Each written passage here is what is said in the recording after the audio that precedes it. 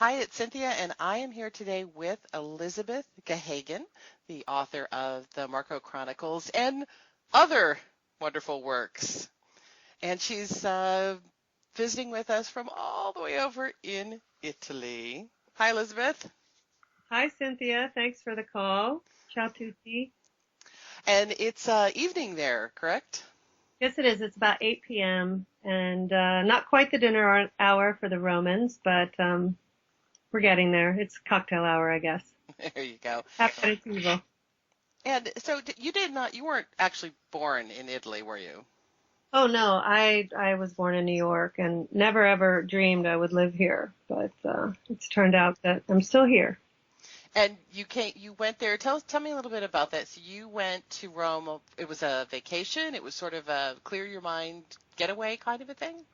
Not exactly. I had come to Italy in my 20s on a holiday with a friend of mine, but it wasn't really my sort of dream destination. I mean, everybody loves Italy, and I was happy to travel here. But at that time in my life, I wasn't really thinking too much about holidays, and she sort of was trying to get me out of a dark place and brought me with her to Italy. And so that was my first trip. And then when I was a graduate student, I started working on a novel set in Italy, but I chose Italy in a sense. It was arbitrary. I just wanted my character to go somewhere exotic or somewhere foreign to her. So she might as well have gone to Buenos Aires or Bangkok as Rome. But in the end, I chose Italy and I started writing about Italy.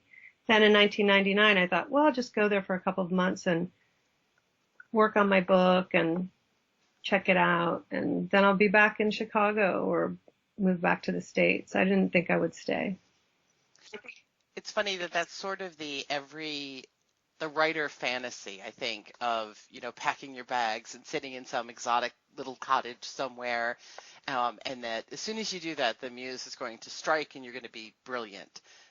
Is that what happened?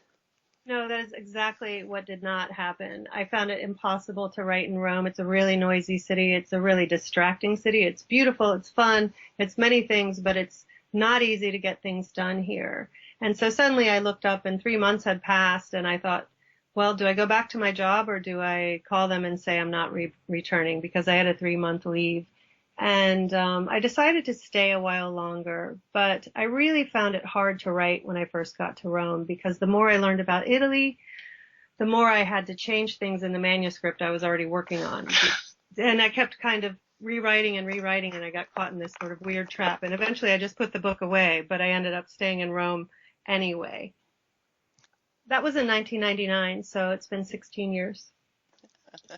And I studied French, and Paris is my dream city, so I'm still trying to get there. But I never thought I would learn Italian. I did learn Italian, but sort of just by having to on the street.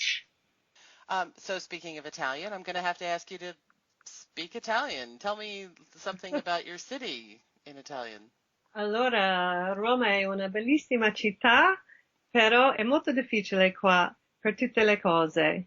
Uomini sono difficili, eccetera. Però il cibo è molto buono. I got something about it being beautiful, I think. That's it. Yeah, I just said Rome's a really beautiful city and but it's a very difficult city. And things are beautiful here, even the men are beautiful here, and the food is good, but it's not always what it seems. It's, I guess, what I was trying to get to. Non è sempre quello che pensi. Not always an exact translation. Let's talk a little bit about writing. There's a big difference. I've been writing since I was, old enough to hold a crayon. It sounds like you were too.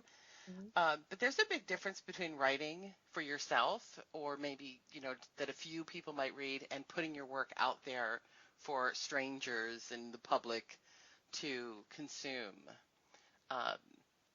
Tell me a little bit about that stage of getting to that point where you go, I'm putting it out there. Absolutely. The funny thing about particularly the Marco Chronicles is that I never thought I was going to write nonfiction. I never wanted to write memoir. I definitely wrote autobiographically in my fiction, but I just thought of myself as a fiction writer. That was my training, and I didn't want to be the protagonist in my own work. I liked that veil of sort of mystery over that you can kind of cloak your fiction with. And in memoir, you definitely put yourself on the line. And if you want it to really hit home, I think you have to kind of bury yourself a little bit and put yourself up for scrutiny. So it's interesting what people say, on Amazon about my book. Some people, one woman said it was obscene, which I thought was actually a really good sign because some great books have been considered obscene, but not to say it's great. Just so I find it hard to write nonfiction. And with the Marco Chronicles, it was something I wrote kind of as a test, because people kept asking me to write about my life in Rome and saying, well, you've been there so long, you should write about it. And I did it, and I never really showed it to anyone. I never really did anything with it. I stuck it in a drawer for many years until Shebooks came along.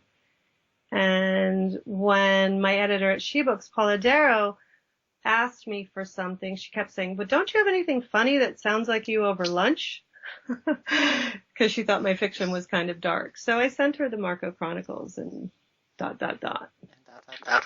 I don't know if I answered your question, but I do think it's different when you have to put things out there to the public. But I never wrote it really thinking anyone would see it. I'm absolutely shocked that so many people have read it and seen it, and really grateful, actually. The Marco Chronicles really does sound fictional in a funny way, because I think that it captures that sort of light feeling that we get from a really, fun women's lit or even a romance, although it's more of an anti-romance novel. And it does have a very conversational feel. I feel like we're just sitting and you're just telling me about, oh my gosh, guess what happened to me yesterday. Right. It is conversational, and I was kind of trying to do that on purpose. Sometimes when you're writing, you never really know who's going to be the reader, but when you write an email to a really good friend who knows you well, you have a different voice. And you're funny when you talk to certain people, and you're more intellectual when you talk to other people, and you're more serious when you maybe talk to your family, or we have different personas. And I was definitely, kind of diving into a particular persona of mine, which is sort of making fun of myself. And indeed, I'm making fun of Rome, but really, I'm mostly making fun of myself. As I call out all these Italian guys for their bad behavior, I'm also pointing the finger back at myself, like, how could I have really thought that this was actually going to be something? And how could I have been such a fool, really, because we all have these notions about romance and about people we meet. But I wrote it with a lot of distance, too. I thought it was easy to make fun of that time, because I had sort of lived through it and was looking back on it. What's the really big difference between living abroad and living here in the U.S., do you think? I really like living abroad. I never ever imagined I would be someone who did live abroad. I never thought of myself as having the expat dream. So I always do feel like I got here by accident. But one of the things that I've noticed initially is I'm much more conscious of my American identity, my nationality. And I took it for granted, and I never really thought about it until I got here. And I'm constantly, even all these years, asked, about the politics of my government, about things that are happening in the United States, as if I'm a spokesperson for the U.S., and which is somewhat unnerving, actually. But I'm much more conscious of my Americanness and my national identity, and really appreciate it, I think, a lot more because I do live abroad. It's opened a lot of doors for me, and it's definitely easier with a U.S. passport than other passports to live abroad. And that's a glaring fact, as Europe faces lots of immigration issues. While you've been there, you've been teaching, I believe, and continuously writing? Yeah, not so continuously writing. Initially, as I said, when I got here with my Rome or my Italy book, I spent some time writing and working on things, and I kind of fell into a job working in an Italian film production company. And I sort of faked my way into it, saying I spoke Italian, and I really didn't. But my boss was an American movie producer from LA, and so he wasn't on to me. Everybody in the office knew, but I quickly sort of learned Italian on the job because I had to go work in this office every day. And I did that for about a year. That sounds And like a book in itself. yeah, it was. It was. And one of the funniest things that happened was that, they were trying like crazy to get me, my documents to work legally, and they never could. And so they kept saying, would you just marry an Italian? Why won't you just marry an Italian? They actually one day marched a guy into the office that they found for me to marry who wanted an American passport. And I was completely insulted, and I said, I can't believe you want me to marry this guy for a work permit. And, now 16 years later, I just wish I had married the guy for the work permit, because it's been so impossible to keep all my documents in order all this time. But it was a lot of fun. And then after a couple of years, I was offered a teaching position at an American university here in Rome, and I started teaching, and I've been doing that ever since. And it's really my great good fortune to be able to work with college students who come to study abroad in Italy, because it's the best semester of their lives. And so taking creative writing with me is something they're always going to remember, and I get to look really good because I'm the fun teacher who takes them to all these wonderful places and helps. So let's, since we're talking about Italy, we're taking our virtual tour, most of us who will probably never get to go see the city. How can we bring a little bit of Italy into our everyday lives if we're sitting here in Kansas or California or wherever we happen to be? I think the thing that Italians have to teach us all is how to appreciate the moment that we're in rather than rushing to the next one. One of the first things I noticed when I moved here was, they'd always say, Elisabetta, and kind of grab me as I was walking hurriedly down the street. Why are you always in such a hurry? Why are you, rushing? And I'd say, I'm not rushing. I'm just trying to go to the market, or I'm just trying to go here. And they would say, tranquilla, which means just be calm. And, Italians have a lot of vibrance in their culture, but they know how to enjoy the moment. And they've perfected this idea of dolce far niente, which is the sweetness of doing nothing. And it isn't exactly nothing. It's enjoying the people you're with, whether it's over an espresso or an aperitivo, or whether it's just walking through a piazza and looking at a fountain. And of course, Rome is beautiful, so it's easy to admire. But even if you are in a small town in the Midwest or somewhere kind of tucked away, there are things we can enjoy and appreciate.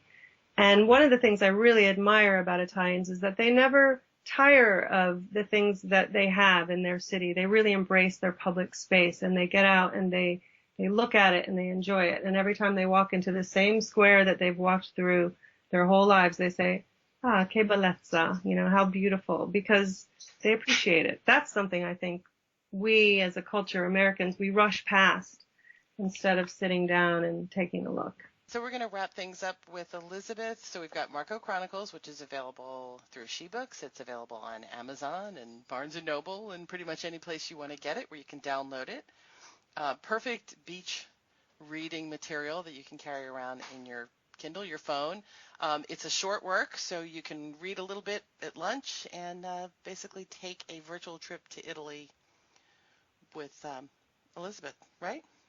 That's right. I hope people enjoy it. One of the most astonishing things to me is that people tell me how funny it is, and I never thought I was funny, really. And I don't think I was aiming to be funny. I think I was just sort of trying to tell it as it was. But I really appreciate that people kind of get a laugh out of it and can sort of see themselves in these positions that I found myself in on some level. All right, I'm going to let you go into your evening. Thanks so much for chatting with us, and we're going to send everybody over to read the book because it really is very funny and enjoyable, and it's a great slice of life for anybody, wherever they are. Thank you so much, Cynthia. I really appreciate it, and thanks to all the women at Shebooks. I love you all. All right, thanks, Elizabeth. Have a great night. Ciao, ciao, ciao.